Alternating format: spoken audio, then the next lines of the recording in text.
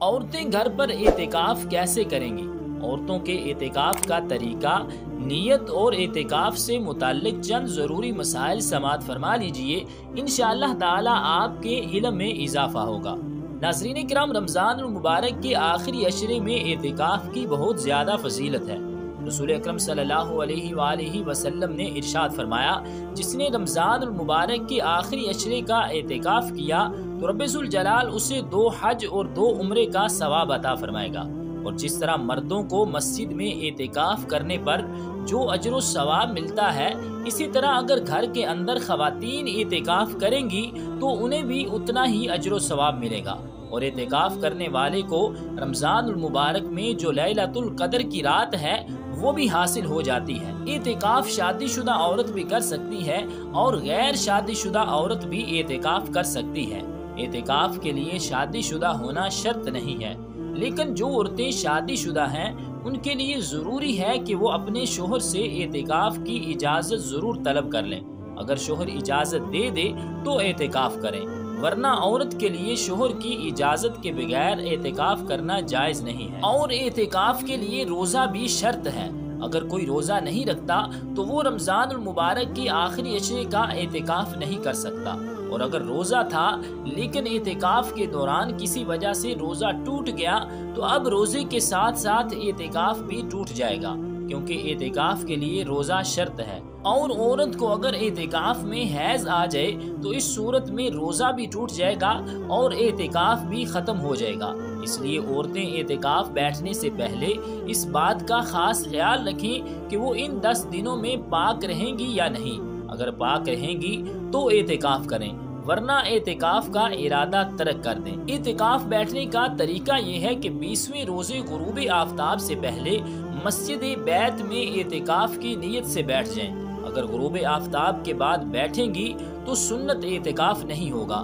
سنت اعتکاف کے لیے ضروری ہے کہ 20ویں روزے غروب آفتاب سے پہلے نیت کر کے اعتکاف والی جگہ پر بیٹھ جائیں۔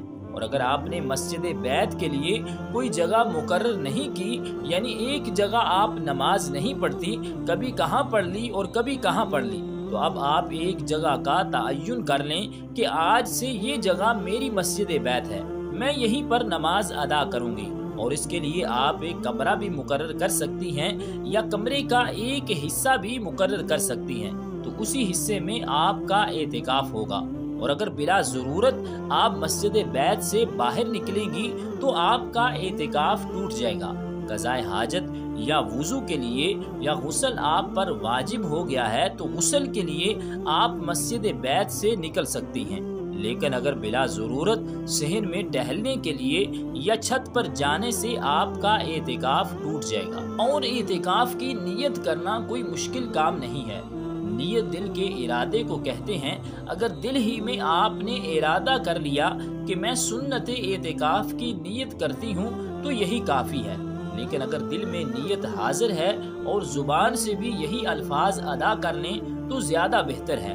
نیت کسی بھی زبان میں کی جا سکتی ہے، اور اگر عربی میں نیت یاد کر لیں تو یہ زیادہ مناسب ہے۔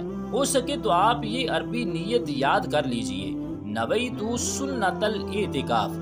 ترجمہ سماعت فرما لیجئے، میں نے سنت اعتکاف کی نیت کی۔ اور اعتکاف میں خواتین اسی جگہ پر بیٹھ کر گھر کے چھوٹے موٹے کام بھی کر سکتی ہیں، جیسے سبزی وغیرہ کاٹنا یا کپڑے سلائی کرنا، بچوں کو سبق پڑھانا۔ اور اگر عورت شادی شدہ ہے تو شوہر بھی بیوی کے پاس جا سکتا ہے، مرد گفتگو کلام وغیرہ بھی کر سکتا ہے، لیکن میاں بیوی ازدواجی تعلقات اعتکاف میں قائم نہیں کر سکتے۔ اگر ازدواجی تعلقات قائم کر لیے تو اعتکاف ٹوٹ جائے گا۔ لہٰذا بہتر یہ ہے کہ آپ اپنا زیادہ سے زیادہ وقت اللہ کی عبادت میں گزاریں، کوئی ایسا کام نہ کریں جس سے اعتکاف کی برکات اور نورانیت ختم ہو جائے۔